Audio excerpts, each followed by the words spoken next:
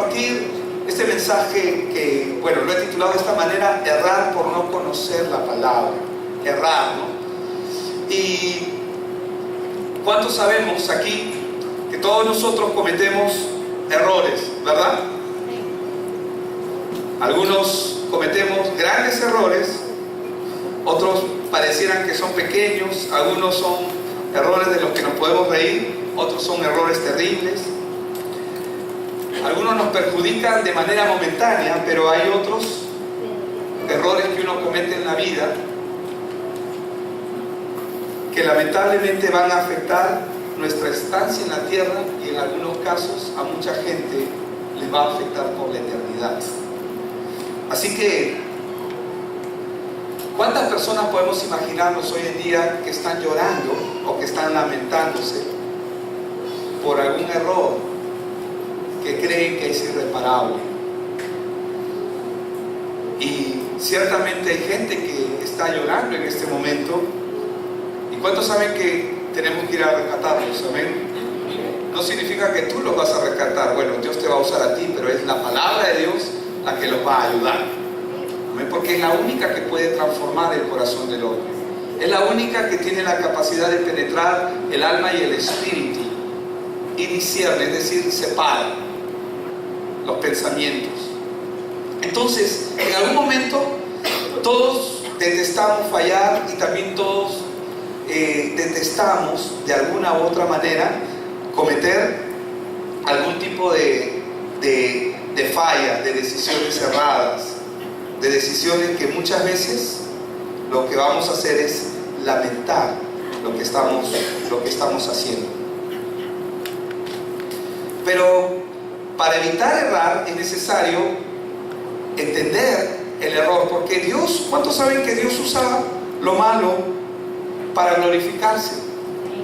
Si no fuera porque una persona está sufriendo y llega un momento donde su vida se vuelve insostenible, si no ocurriera eso, no pudiera recurrir a Cristo, no pudiera recurrir a Dios.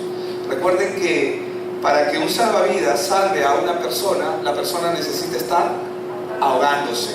Si no se está ahogando, si tú le mandas a una persona un salvavidas mientras se está divirtiendo en el mar, cuando el salvavidas llegue, ¿qué le va a decir? Oye, déjame vivir mi vida, ¿no? Como dice la canción. Mi vida no me importa, y cosas así.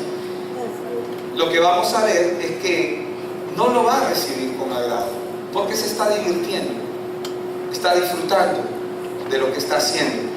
Solamente cuando la persona se está ahogando es cuando la persona verdaderamente puede recibir al salvavidas en su vida y en su corazón. Entonces, tenemos que ir a la raíz del por qué nosotros erramos, y tenemos que descubrir y hacer lo necesario para poder entender no solamente el error en nuestra vida, sino entender los planes que Dios tiene para nosotros. Y para ello, Marcos, el libro de Marcos, nos cuenta el encuentro de Jesús con los fariseos y luego con los saduceos, con dos grupos totalmente diferentes. Yo no quiero profundizar mucho en ello, porque solamente voy a usar este texto como ejemplo, porque quiero ir un poco más allá. Pero tanto los fariseos como los saduceos, ellos lo único que querían era que el Señor Jesús se equivoque para poder hacerlo caer en confusión, hallar alguna falta en Él, porque lo que querían era matar al Señor Jesús. Porque ellos creían que ellos tenían la religión correcta, ellos creían que su parecer, la manera en la que ellos estaban llevando sus propias vidas, era la correcta. Y para los ¿cuántos están en la escuela aquí? Amén, gloria a Dios. Y para los que estamos en la escuela, ¿cuántos saben que el problema del hombre no es necesariamente el pecado? El pecado es la consecuencia de lo que ya somos y donde estamos. O sea, el pecado es como el árbol que da manzanas. Si llamamos a la manzana pecado, solamente por decir, el problema del árbol no es que da frutos de pecado, frutos de manzana, si hacemos una comparación. ¿Cuál es el problema? Es su raíz. Porque si el árbol quita todas las manzanas, todos los frutos, hay gente que dice, mañana voy a ser diferente, voy a cambiar un mes, 2 meses, una semana, 2 semanas. o días y tratan de cambiar y quitan toda la apariencia de maldad que tienen en su corazón. Pero ¿qué es lo que va a ocurrir después si yo quito las manzanas del árbol? Al poco tiempo van a crecer otras manzanas, ¿verdad? Y alguien dijo por ahí, y hay un adagio popular que dice: una manzana podrida pudre a las demás. Y a veces pensamos que nosotros somos la consecuencia de ¿qué? Que somos la consecuencia de las malas juntas. No, lo que pasa es que yo nací en un barrio pobre, la mala influencia, un barrio de delincuentes, un barrio de drogadictos, o un barrio donde la gente es así o es asá. Pero ¿cuántos saben que una manzana podrida puede contaminar a las que están sanas? Pero si nadie toca las sanas, esas manzanas también se van a podrir en algún momento, ¿o no? Van a terminar pudriéndose igual. ¿Por qué? Porque el efecto que tiene es que de todas maneras hay una degradación. Y el problema del hombre entonces no es los frutos. Eso es parte de nuestra naturaleza, el pecado. El problema del hombre es su condición. Y la condición del hombre es que tiene una naturaleza de pecado. Y como consecuencia, esa es la consecuencia de vivir una vida separado de Dios. El verdadero problema del hombre es que nace estando separado de Dios. Esa es la peor maldición que puede tener el hombre. No que se le rompa las cosas, o que se le caigan las cosas, o que tire mala suerte. No, el problema del hombre radica en una sola cosa: estar separado de Dios. Entonces, Marcos nos cuenta en el encuentro que Jesús tiene con los fariseos. Él nos va a hablar acerca de que en medio de este encuentro ellos están buscando tentarle a Él. Pero el Señor Jesús se va a enfocar en algo que es muy importante y que llamó mi atención, y estoy seguro que también ha llamado la atención muchas veces de ustedes si usted lo ha leído. Y quiero ir al libro de Marcos. Voy a leer desde el capítulo 12, del verso 18 al 27. Usted lo va a tener en pantalla. Dice: entonces vinieron a Él los saduceos, dice. Porque antes de estos versos Jesús se había encontrado primero con los fariseos, y los fariseos le habían dicho si debían o no debían pagar impuestos. Y el Señor Jesús dijo: tráigame una moneda. Y trajo la moneda. ¿De quién es la cara del hombre que está ahí? Bueno, es el César, ¿no? Bueno, da a Dios lo que es de Dios y al César lo que es del César. Entonces ellos se retiraron. Entonces luego vinieron los saduceos, que es otro grupo. Entonces dice: vinieron a Él los saduceos, que dicen que no hay resurrección. Ellos estaban buscando solamente una razón para hacerle caer al Señor Jesús, diciendo: maestro, y le dicen: Moisés escribió que si el hermano de alguno muriere y dejare esposa, pero no dejare hijos, que su hermano se case con ella y levante descendencia a su hermano. Hubo 7 hermanos. El primero tomó esposa y murió sin dejar descendencia, y el segundo se casó con ella y murió, y tampoco dejó descendencia, y el tercero de la misma manera. Y así los 7, dice, y no dejaron descendencia, y después de todos murió también la mujer. Es decir, murieron todos los hermanos, los 7, y al final ella también murió. En la resurrección, ellos le dicen, ¿no? En la resurrección, pues, cuando resuciten, ¿de cuál de ellos será ella mujer, ya que los 7 la tuvieron por mujer? Entonces, respondiendo, Jesús les dijo. Ellos le están preguntando sobre un tema aparentemente doctrinal. Yo creo que era un tema que ellos ya lo tenían solucionado. Pero el punto aquí no era un tanto que ellos querían saber.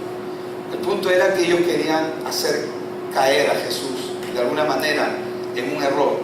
Pero el Señor, como conoce sus corazones, Él va directo a la raíz del problema. Amén. Porque ¿cuál es el problema? Siempre está en la raíz.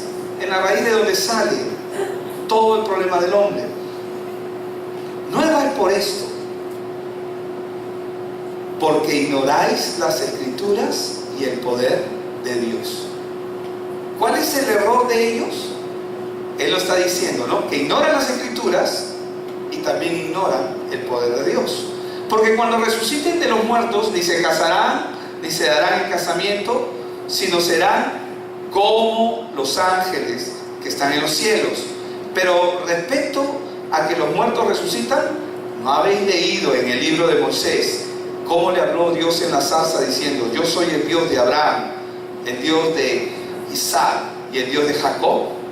Dios no es Dios de muertos, sino de vivos. Así que vosotros, ¿y qué le dice nuevamente? Mucho erráis. Acá el Señor, Él está yendo a un problema que Él está viendo en ellos. Y ciertamente Él está aprovechando esto para enseñar. Pero no solamente para enseñar, quiere sacarlos de una condición en la que ellos están. Como el Señor en su misericordia hace con cada uno de nosotros. Él siempre quiere sacarnos de nuestra condición de no ver para poder ver. ¿Qué significa errar? ¿Cómo podemos nosotros definir errar? Errar, según la Real Academia Española, el mataburro, como dicen, es andar vagando. Errar es estar perdido o extraviado.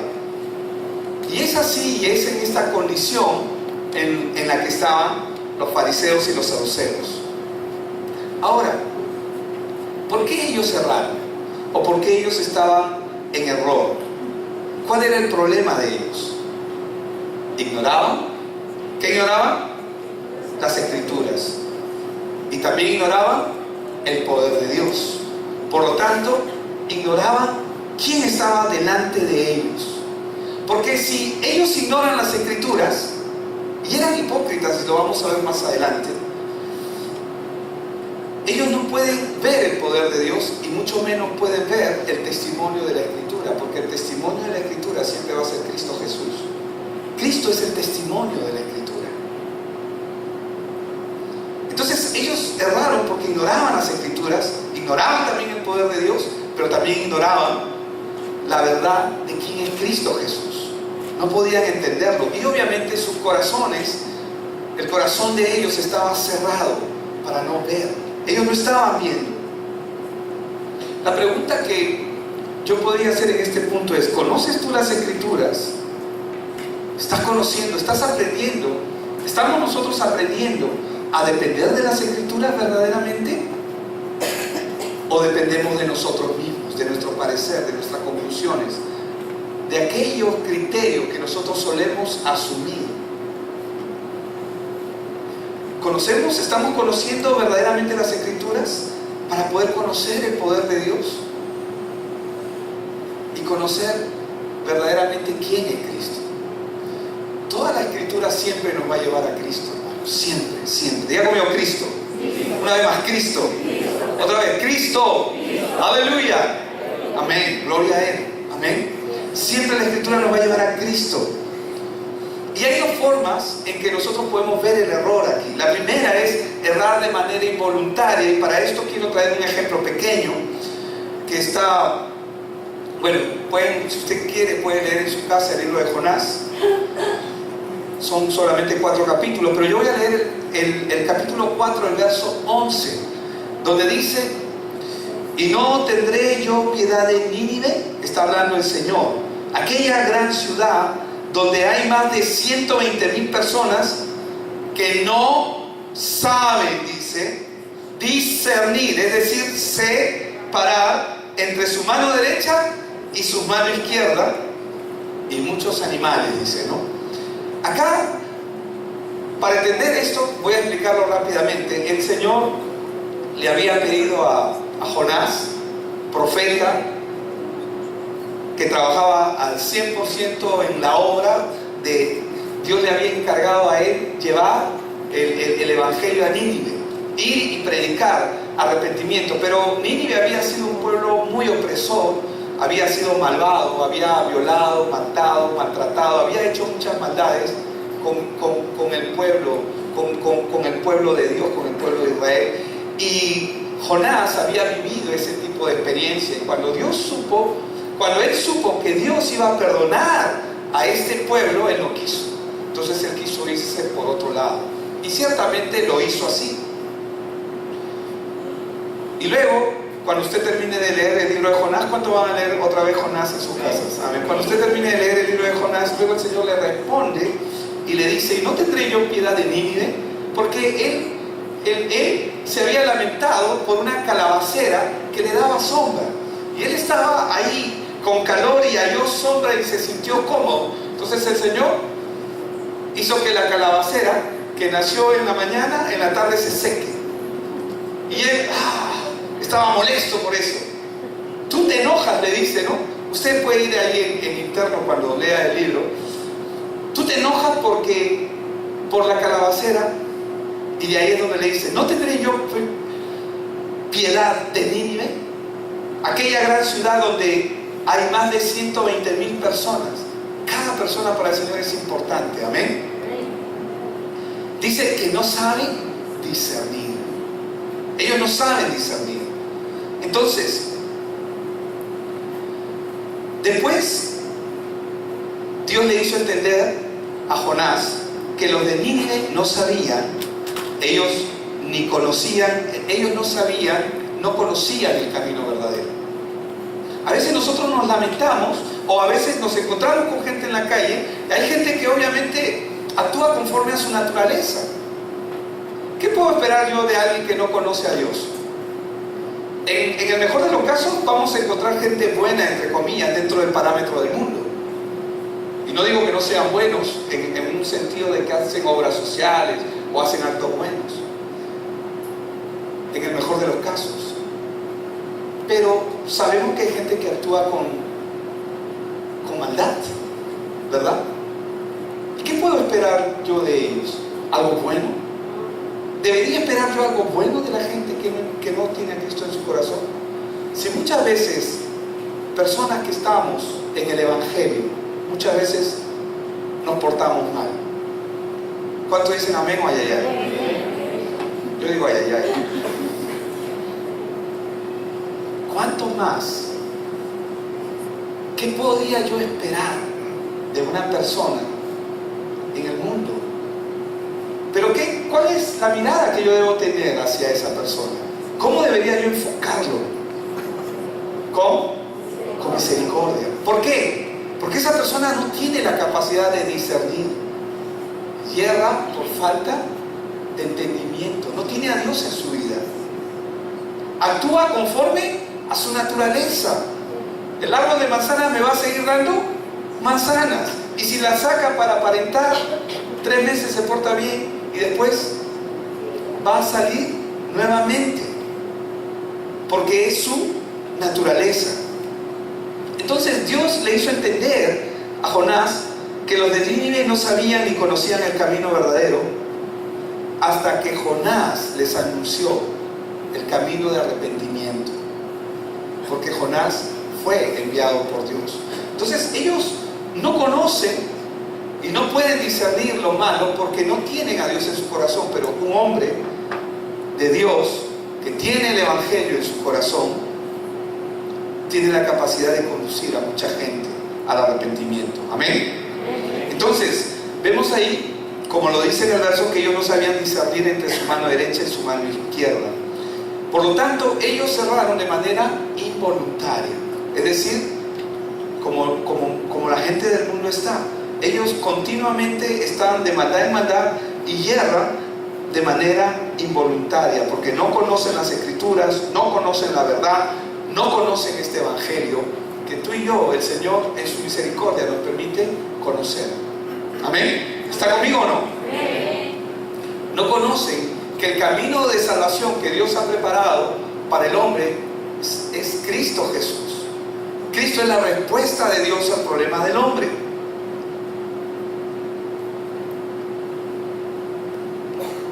Entonces, ¿cómo sería entonces? Si ellos yerran de manera involuntaria y hacen cosas, porque a veces alguien nos hace una maldad, ¿a cuánto les ha pasado? O nos hacen algo que pensamos que está mal y a veces Dios lo permite, amén. ¿Cuántos saben que Dios permite que todo nos pase? Amén. Dios lo permite. Aún Pablo Señor, 3 veces he orado para que quites de mí ese aguijón. ¿Se lo quitó el Señor? No se lo quitó, porque era necesario. Y el Señor dijo, bástate de mi gracia. Entonces, ¿qué es lo que a veces alguien nos hace una maldad y pedimos juicio al Señor? Señor, llévate.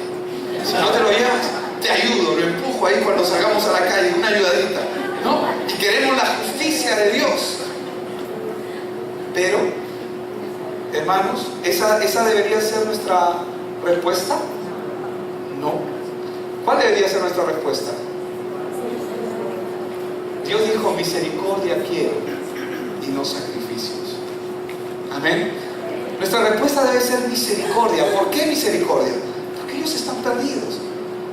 No saben lo que hacen. Jesús lo dijo, ¿no? Señor, perdónalos, porque no saben lo que hacen. Mujeres de Israel, no lloren por mí, lloren por sus hijos, por sus nietos, por sus generaciones. Amén. Y a veces nosotros queremos, Señor, haz tu justicia. No, la justicia de Él es que el evangelio que tú tienes, esa persona también lo tenga o la tenga. Amén. Somos llamados a Él. Pero ¿qué sería errar de manera voluntaria? Me encontré con un pasaje en Ezequiel y quiero que me acompañen ahí, capítulo 33, y vamos del verso 30 al 32, lo voy a leer. Dice, y tú, hijo de hombre, dice, los hijos de tu pueblo se mofan de ti junto a las paredes y a las puertas de las casas. Ahí sí lo tienen. Dice, y habla el uno con el otro, cada uno con su hermano, diciendo, venid ahora y oíd qué palabra viene de Jehová. O sea, ellos se están juntando para escuchar la palabra. Y vendrán a ti, está hablando Dios a Ezequiel, ¿no? Y le dice a él, y vendrán a ti como viene el pueblo, y estarán delante de ti como pueblo mío, o sea, identificados, y oirán tus palabras. ¿Y qué dice? Y las pondrán por obra. ¿Dice eso?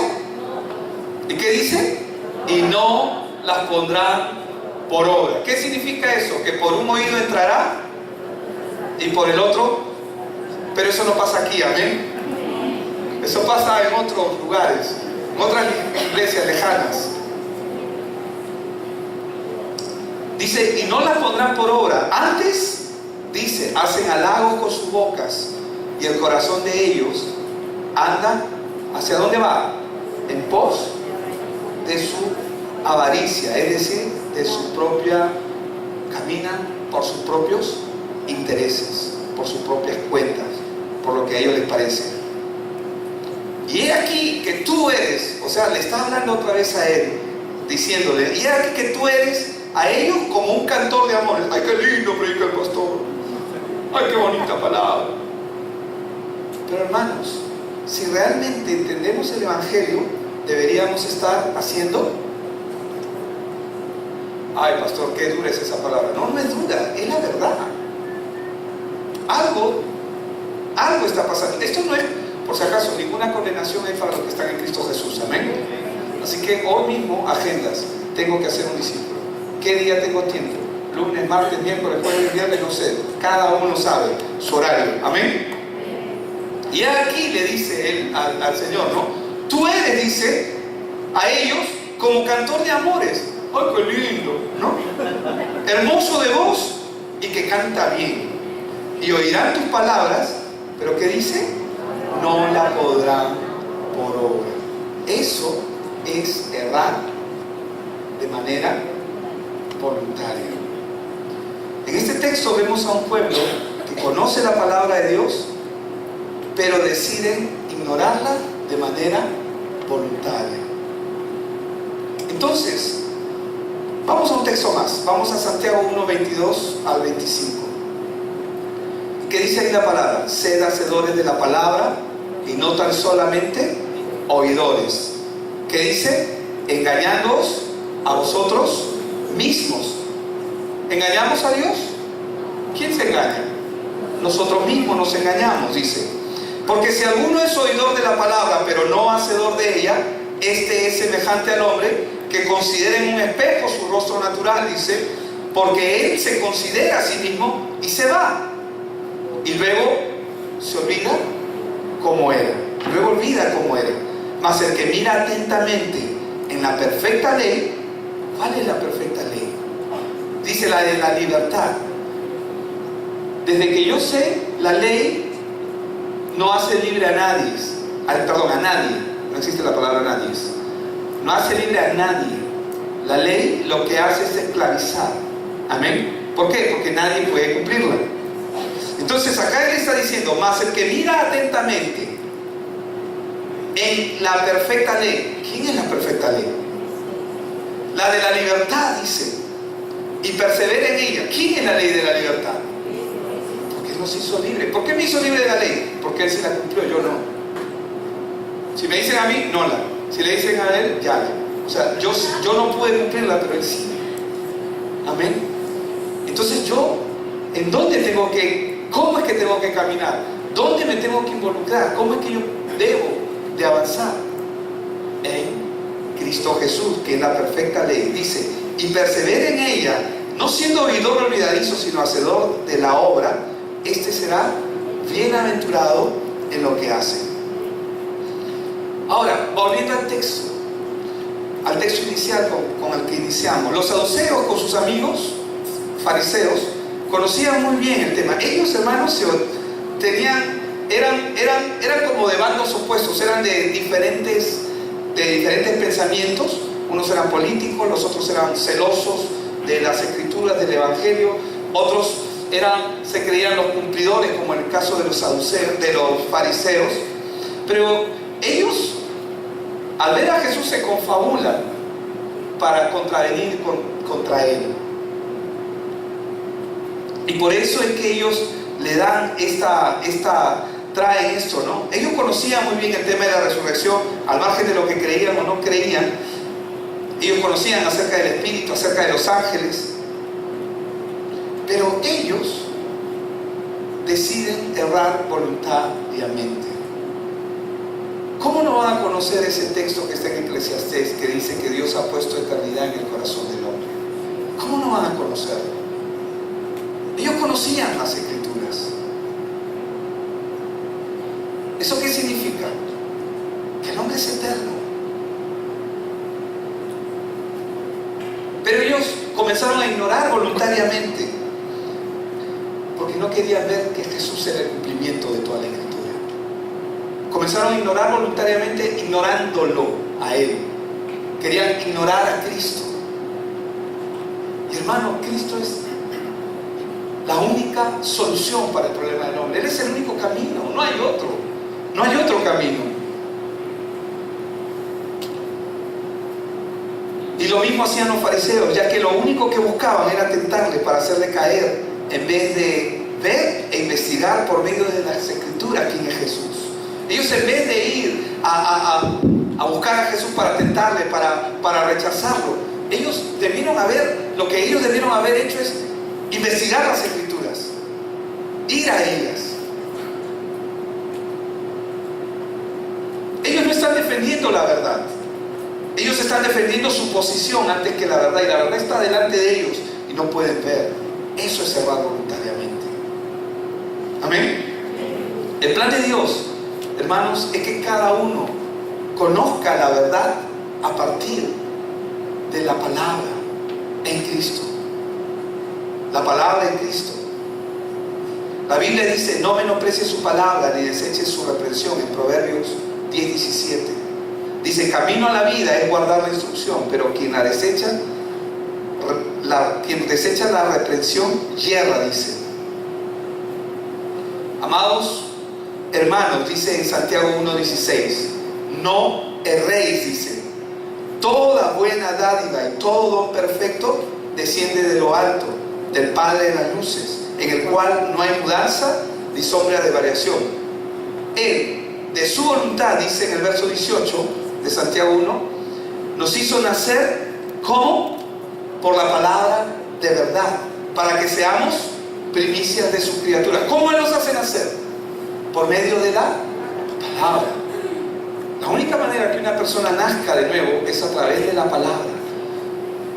Juan el Bautista está preso Y Jesús está predicando el Evangelio. Y Él manda a preguntar a los discípulos, a sus discípulos, a los discípulos que Juan tenía. Pregúntenle si Él es el que había de venir o tenemos que esperar a alguien más. Y Jesús le respondió: yo soy. ¿Le respondió yo soy? No. Él nunca respondió, Él no dijo yo soy. Aunque, bueno, sí lo dijo, pero en otro contexto. Pero Él nunca respondió que le digan a Juan, díganle a Juan el Bautista que yo soy. No, no, no. Él dijo, Él los llevó, díganle a Juan, ¿qué cosa? Que los ciegos ven, los cojos andan, los muertos son resucitados. ¿Por qué? ¿A dónde los estaba llevando? A la Escritura, a la palabra. Siempre Dios nos va a llevar a la Escritura, a la palabra. Por eso tenemos la escuela. Amén. ¿Para qué la escuela? Para crecer en la palabra. Porque el conocer y entender la palabra de Dios puede librarnos de toda confusión y engaño, de la cual ninguno de los que estamos aquí estamos exentos de ser engañados. Pues la misma palabra nos enseña muchas cosas. Nos enseña a responder, nos enseña a caminar, nos enseña cómo debemos andar, por ejemplo. Errar. Ciertamente acá lo que Él les dijo a los saduceos es: yerran porque no conocen las Escrituras, porque ignoran las Escrituras. Hermanos, nosotros tenemos que ser como los de Berea, que cada cosa que vamos aprendiendo, que vamos recibiendo, vamos y la llevamos al contexto y vamos a ver si es cierto. Y si no es así, ¿y qué? El que está acá adelante, es decir, yo, ¿no me puedo equivocar también? Por supuesto, soy hombre, ¿o no? Y gloria a Dios, porque Dios no se equivoca y nosotros sí podemos equivocarnos. Pero por eso vamos a las Escrituras y comenzamos a contextualizar como los de Berea, para ver si todo lo que está diciendo es verdad y está conforme a la palabra. Ah, sí, sí está conforme, qué bueno. Ah, pastor, tengo una duda, esto... Y obviamente, si hay algún error, vamos a trabajar en ello, amén. La palabra jamartía o jamartima es la traducción que se usa para decir pecado, lo cual significa errar en el blanco. Viene de la raíz griega jamartanein, que significa error trágico, errar en el tiro, no dar en el blanco, dar un falso blanco. Es un defecto, dice.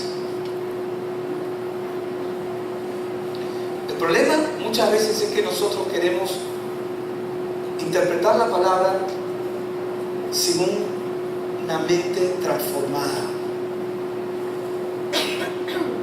Pablo lo primero que nos manda es: renovaos por medio de la transformación de vuestro entendimiento, lo que está en Romanos 12:2. Amén. Y si podemos ponerlo en pantalla solamente un minuto. Si nosotros comenzamos a mirar la Biblia, a mirar la palabra, como muchas veces hemos hecho en nuestro caminar, en nuestro andar, en nuestro diario vivir, sin una mente renovada, sin un entendimiento claro de quién es Cristo, entonces nosotros vamos a comenzar a interpretar la palabra a nuestra manera. Y eso puede ser un error, porque nos va a llevar al error nuestra mente natural, porque no podemos interpretar lo espiritual con una mente natural que está acostumbrada al sistema de este mundo.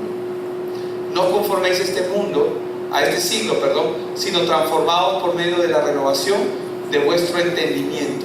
Una vez que esto se da, para que comprobéis, dice, o sea, lo vamos a comprobar, cuál sea la buena voluntad de Dios, agradable y perfecta. Los fariseos y los saduceos cerraban mucho porque no conocieron la revelación de quién es Cristo. El error de ellos es que ellos no conocieron quién era Cristo.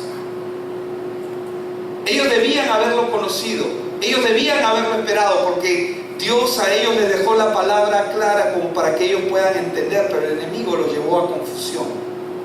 El enemigo siempre nos va a llevar siempre va a tratar de llevar al hombre a confusión, para que el hombre no entienda, como lo dice 2 Corintios 11:3, ¿verdad? Pero me temo que así como la serpiente con su astucia engañó a Eva, vuestros sentidos, no dice vuestros sentidos sean de alguna manera extraviados de la sincera fidelidad a Cristo. Entonces, Juan 5:39. ¿Qué hizo el Señor? En este pasaje vemos que Él los lleva a escudriñar las Escrituras, porque a vosotros os parece que en ellas tenéis la vida eterna. ¿Y qué dice? Y ellas son las que dan testimonio de mí. Hermanos, el Señor nos mandó a las Escrituras porque las Escrituras nos van a llevar a Él. ¿Cuál es el propósito de las Escrituras? Llevarnos a Cristo. ¿Cuál es el propósito de las Escrituras? Llevarnos a Cristo. Las Escrituras son como las señales. Ahí dice salida, ¿no? Y hay todo un indicativo, que toda una serie de señales y carteles que nos indican la salida, las entradas, el aforo, la capacidad que hay aquí, ¿verdad? La palabra Dios la dio para que ellos puedan ver a Cristo. Amén. Por eso Pablo, él no podía gloriarse de otra cosa que no sea del conocimiento de Cristo. Y vamos a leerlo. Filipenses 3, verso del 7 al 9 dice: pero cuántas cosas, dice, eran para mí ganancia, las he estimado como pérdida por amor de Cristo. Y ciertamente aún estimo todas las cosas como pérdida por la excelencia del conocimiento de Cristo Jesús, mi Señor, por amor del cual, ¿qué dice? Lo he perdido todo y lo tengo todo para ganar a Cristo y ser hallado en Él, dice, no teniendo ¿qué cosa? Mi propia justicia, que es por la ley, sino la que es por la fe de Cristo, dice, la justicia que es de Dios por la fe. Errar en las Escrituras, hermanos, es no conocer a Cristo. Amén.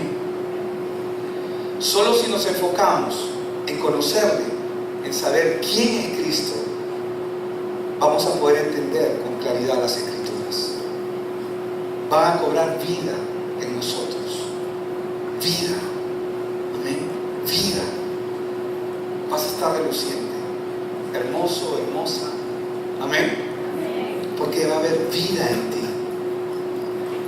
Por eso es que Dios lo que quiere es que entendamos quién es Él y también que le conozcamos. Último verso, penúltimo. Jeremías 9:24 dice: mas alábese en esto el que se hubiera de alabar. Pablo, que decía, él se gloriaba solamente en conocer a Cristo. Y acá dice: mas alábese en esto el que se hubiere de alabar. Lo que hizo Pablo, ¿no? En entenderme y conocerme. Que yo soy Jehová. Amén. Que no miro a la gente con juicio. ¿Cómo la miramos? Así es. Con misericordia. Que yo soy Jehová, que hago misericordia. Amén. ¿Qué vamos a hacer? Amén. Juicio y justicia en la tierra. Porque estas cosas, ¿qué dice? Quiero. Dice Jehová. Entonces, cuando tenemos eso claro en nuestros corazones, vamos a poder proseguir a la meta que Él nos ha llamado.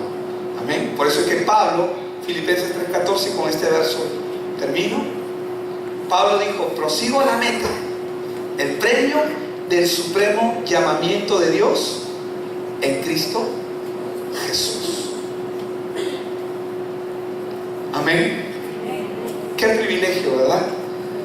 El estar en su palabra, el conocerle y caminar en Él. Vamos a orar.